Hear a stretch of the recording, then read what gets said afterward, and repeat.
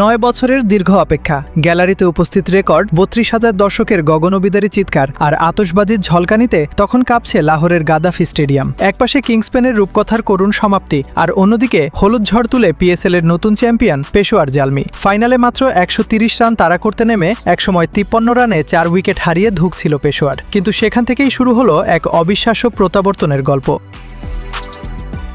চলুন একটু শুরুতে ফেরা যাক। টস জিতে পেশোয়ার জালমি যখন ফিল্ডিংয়ের সিদ্ধান্ত নিল, তখন কে জানতো কিংসম্যানের জন্য পিচে কি ভয়াবহ বিপদ অপেক্ষা করছে। আর এই বিপদের মূল কারিগর ছিলেন আমাদের গতির রাজা নাহিদ রানা। ফাইনালের মতো বিশাল মঞ্চে বল হাতে তিনি যেন রীতিমতো আগুন ঝরাচ্ছিলেন। তার এক্সপ্রেস পেস আর আগ্রাসী বাউন্সের সামনে কিংসম্যানের শক্তিশালী টপ অর্ডার দিশেহারা হয়ে পড়ে।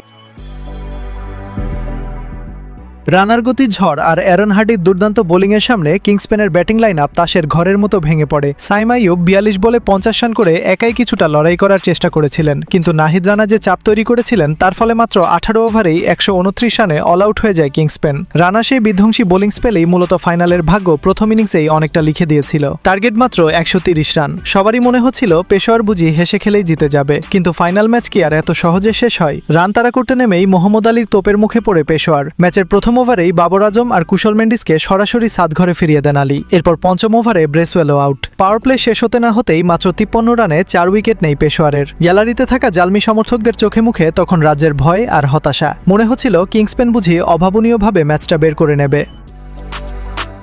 আর ঠিক তখনই খাদের কিনারা থেকে দলকে টেনে তুলতে ত্রাতা হয়ে আসেন অ্যারন হার্ডি এবং তরুণ তুর্কি আব্দুল সামাদ। চাপের মুখে গুটিয়ে না গিয়ে তারা বেছে নেন কাউন্টার অ্যাটাকের পথ। বিশেষ করে সামাদ তো রীতিমতো তাণ্ডব শুরু করেন। মোহাম্মদ আলীকে বিশাল এক ছক্কা মেরে নিজের মনোভাব পরিষ্কার করে দেন তিনি। মাত্র ৩৪ বলে ৩টি ৪ আর ৪টি বিশাল ছক্কায় ৪৮ রানের এক চোখ ধাঁধানো ইনিংস খেলেন সামাদ। অন্যদিকে হার্ডি ছিলেন পাহাড়ের মতো অবিচল। এই দুজনের ৮৫ রানের জুটিতেই মূলত কিংসম্যানের হাত থেকে ট্রফি ফসকে যায়। ম্যাক্সওয়েলের দারুণ এক ক্যাচে সামাদ আউট হলেও হার্ডি ৩৯ বলে ৫৬ রানের এক দুর্দান্ত অপরাজিত ইনিংস খেলে দলকে একেবারে জয়ের বন্দরে নিয়ে যান। শেষ পর্যন্ত ১৬০ ওভারের দ্বিতীয় বলে ফারহান ইউসুফ ফাইন লেগে ৪ মেরে দলের শিরোপা নিশ্চিত করেন।